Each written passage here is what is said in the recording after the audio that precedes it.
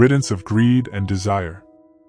Craving, greed, affection, desire means desire for and love of the things of this worldly life. Most people define happiness as the satisfaction of all desires. The desires are boundless, but our ability to realize them is not. And unfulfilled desires always create suffering. When desires are only partially fulfilled, we have a tendency to continue to pursue until a complete fulfillment is achieved. Thus, we create even more suffering for us and for others. In the middle-length discourses, the Buddha taught, O Bhiksus, with sense desires as cause, with sense desires as motives, kings are fighting with kings, Katiya are fighting with Katiya, Brahmanas are fighting with Brahmanas, householders are fighting with householders, mother is fighting with son, son is fighting with mother, father is fighting with brother, brother is fighting with sister, sister is fighting with brother, friend is fighting with friend. When they engage themselves in fighting, in quarrels, in disputes, they attack each other with hands. They attack each other with stones. They attack each other with sticks. They attack each other with swords. Thus they are going to death, or to suffer like death.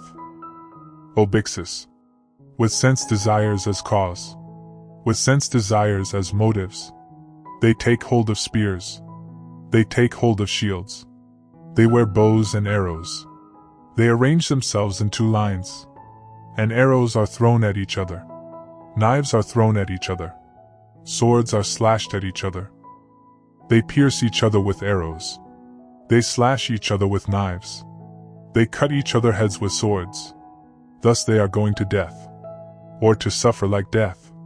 We are living in a material world, where we must encounter all kinds of objects, such as sights, sounds, tastes, sensations, thoughts and ideas.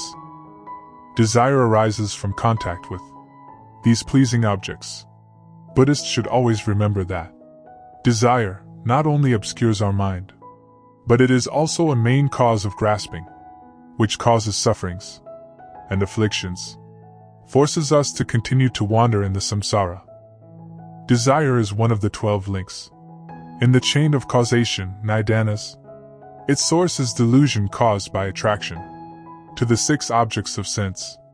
Thus, the Buddha taught in the Dharmapada Sutra, it is difficult to renounce the world. It is difficult to be a householder. It is painful to associate with those who are not friends. It is painful to be wandering in the samsara forever, reaching the enlightenment. And let wander no more. Let suffer no more. Whoever binds to craving, his sorrows flourish like well-watered banana grass.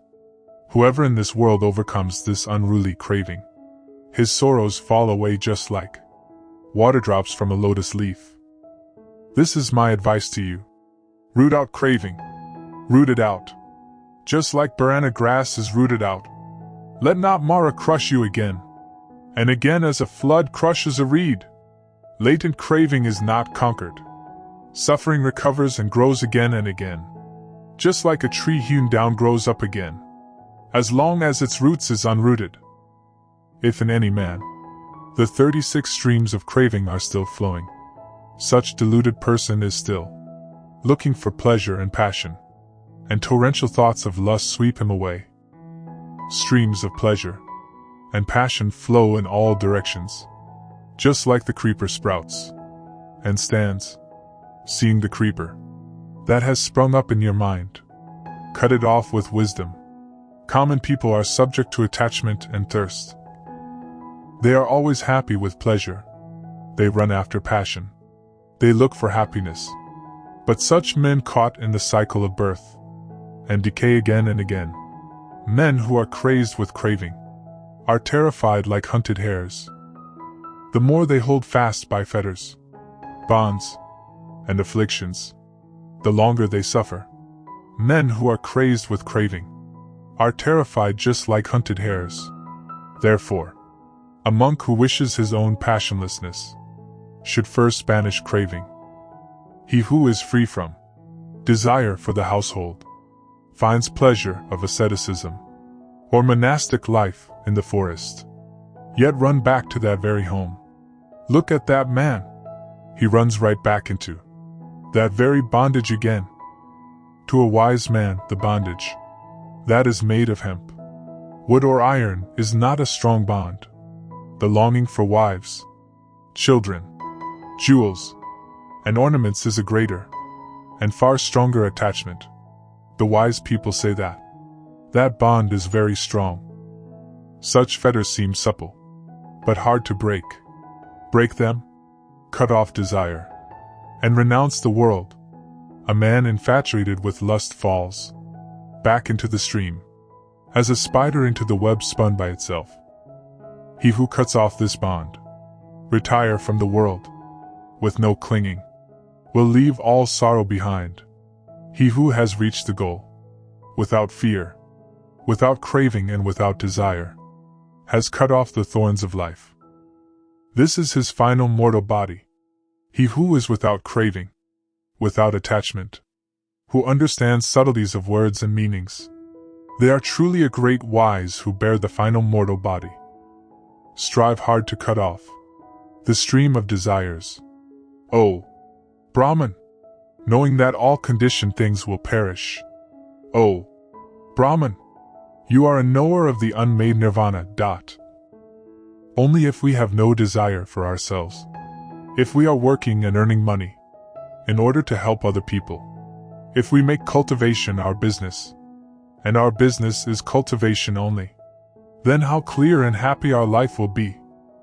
However, most people don't understand this. They are only interested in making a lot of money, or becoming successful in worldly business. Remember, this is only a small eye. Devout Buddhists should make a lot of money to help all people.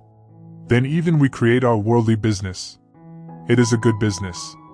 It is a selfish desire for more than we need or deserve, such as food, house, car, wealth, honors. Eyes are longing for viewing beautiful forms without any satisfaction. Ears are longing for melodious sounds. Nose is longing for fragrance. Tongue is longing for delicate tastes. Body is longing for soothing touches. And mind is longing for various emotions of love and hate from self and others. Human beings' greediness is like a barrel without bottom. It is just as the great ocean obtaining continuously the water from hundreds and thousands of large and small rivers and lakes every day. In this Dharma-ending age, sentient beings, especially human beings, use every method to manipulate and harm one another. Sentient beings' lives, especially those of human beings, are already filled with pain and sufferings. Now there are even more pain and sufferings through tricks, expedients, and manipulations.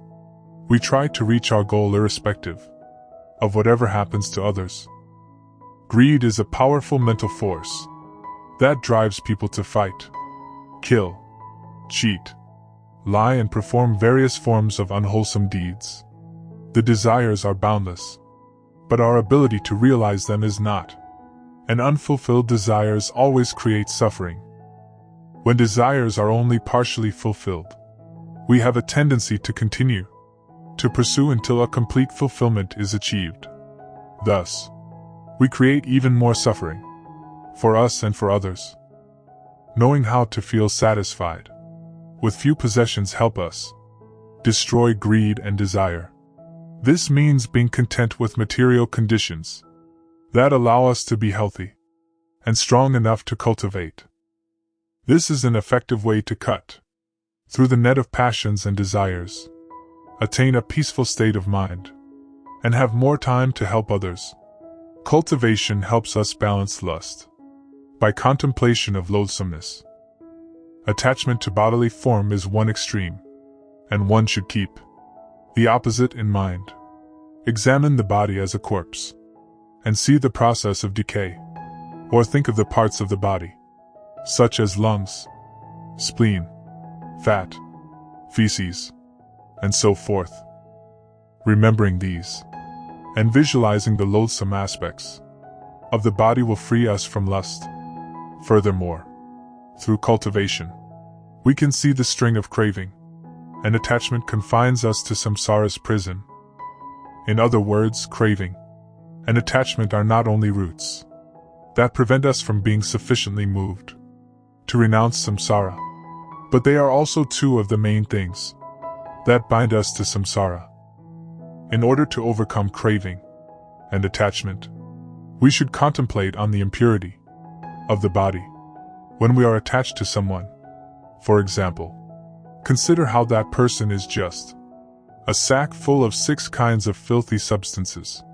Then our attachment and craving will diminish. We can only realize the true happiness and a peaceful state of mind when we get rid of greed and desires, or when our desires are few. This is one of the great steps towards the shore of liberation. The Buddha taught, craving and desire are the cause of all unhappiness or suffering. Everything sooner or later must change. So do not become attached to anything. Instead, devote yourself to clearing your mind and finding the truth, lasting happiness. Knowing how to feel satisfied with few possessions help us destroy greed and desire.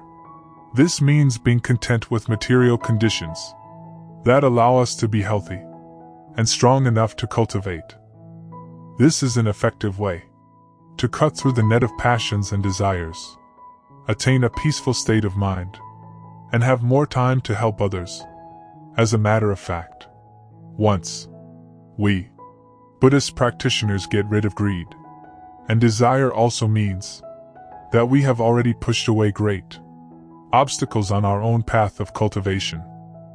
In conclusion, for this chapter, on the path of cultivation, practitioners should always remember the Buddha's teaching in the sutra in 42 chapters taught. Though a person with a state of mind filled with desires dwells in heaven, still that is not enough for him. Though a person who has ended desire dwells on the ground, still he is happy.